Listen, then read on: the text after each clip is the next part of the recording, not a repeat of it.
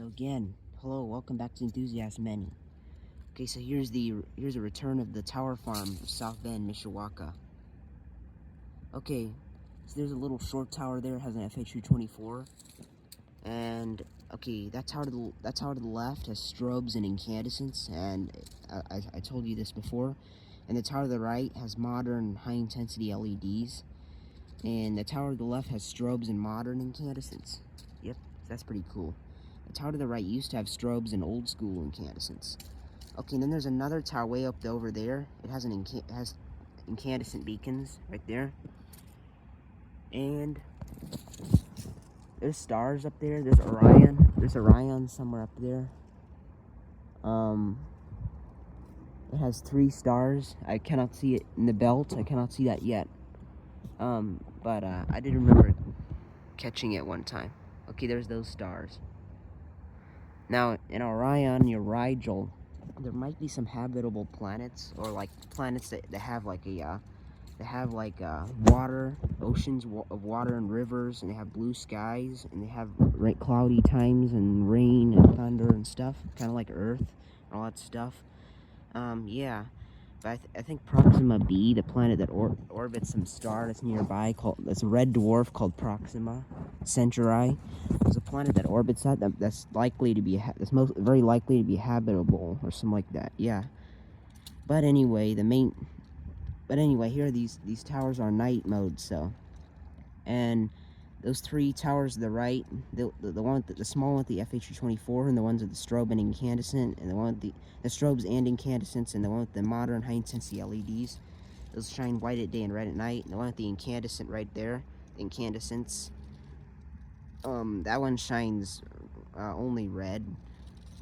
There's another tower with an FG3000B that's somewhere around there in the distance, but it doesn't work, sadly. The FG3000B. There's a long lines tower at a white only LED, but it's being blocked by the building.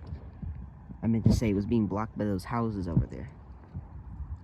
That street light is my favorite type. Is round, NMA, I think, or NEMA. So more towers on video. Here's the next tower. This one has an FH308 and a KG114, I think. Or I think it has an FH308 and a TWR beacon. So there it is. Or might have a FH308 and KG114, but I don't know. I'm not sure what kind of night mode beacon is it. It might be a KG114 or it might be a TWR beacon. So there it is. It's on night mode. There's another tower next to it which has a dual LED beacon. Okay, and then there's another tower that's being blocked by that house over there. It has 2 tiers of FTS 370s. It used to have FG2000 white strobes and KG114 incandescents at one time. And then there's that tower right over there. That one used to have a strobe light and an old school KG114, but in 2020 it got an FTS 370. Yep, there it is. It's near downtown South Bend, Indiana. There's a lot of buildings down there.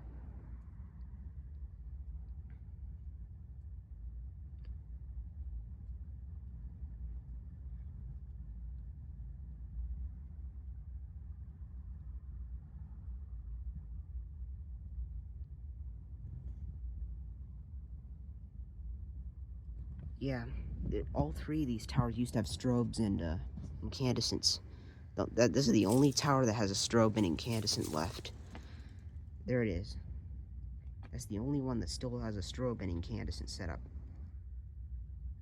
That's near Edgewater. It's near Monroe Park in South Bend, Indiana. Okay, that tower, the tower with the 2 tiers of FTS 370s, is near Monroe Park as well. This tower is across the river from Monroe Park, but it's quite further away than the other tower that's over there. It's being blocked. But look at this. This tower has a strobe light and a modern KG114. It's not that red. Old school KG114s would be a lot more red, and that goes for all incandescents. Old school incandescents are the reddest, or whatever you can call that.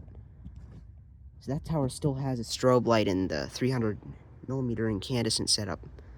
So yeah, that's pretty cool. Strobe light and 300mm. There it is, pretty cool. And markers. And one fun fact, that tower's a four-legged as well. Yep. It's near the St. Joseph River, actually. That's the river I was talking about where Monroe Park is. Monroe Park is a neighborhood. So yeah, that's pretty cool. That tower, I don't call it the Monroe Park Tower. I just call it the Edgewater Tower, or I never really gave it a name or anything. So there it is, pretty cool. It's four-legged, so it's a microwave tower as well.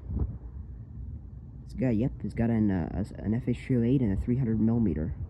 On day mode, it has a white strobe, a white-blue strobe. So yeah, I'm not sure if it's KG-114 or TWR.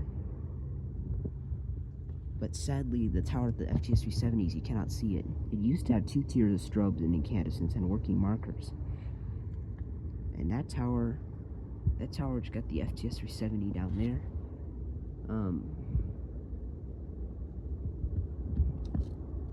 That tower over there, it's got the FTS-370. It still has markers.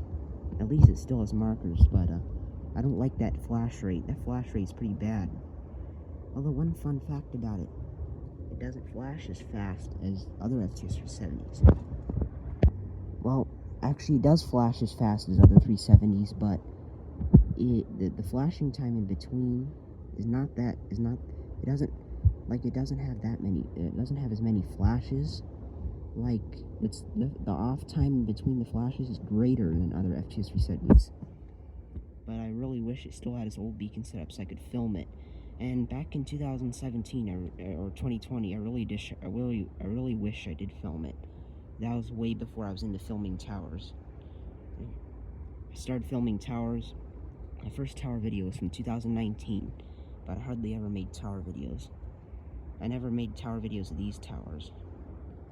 Okay, that tower over there that's being blocked by that house.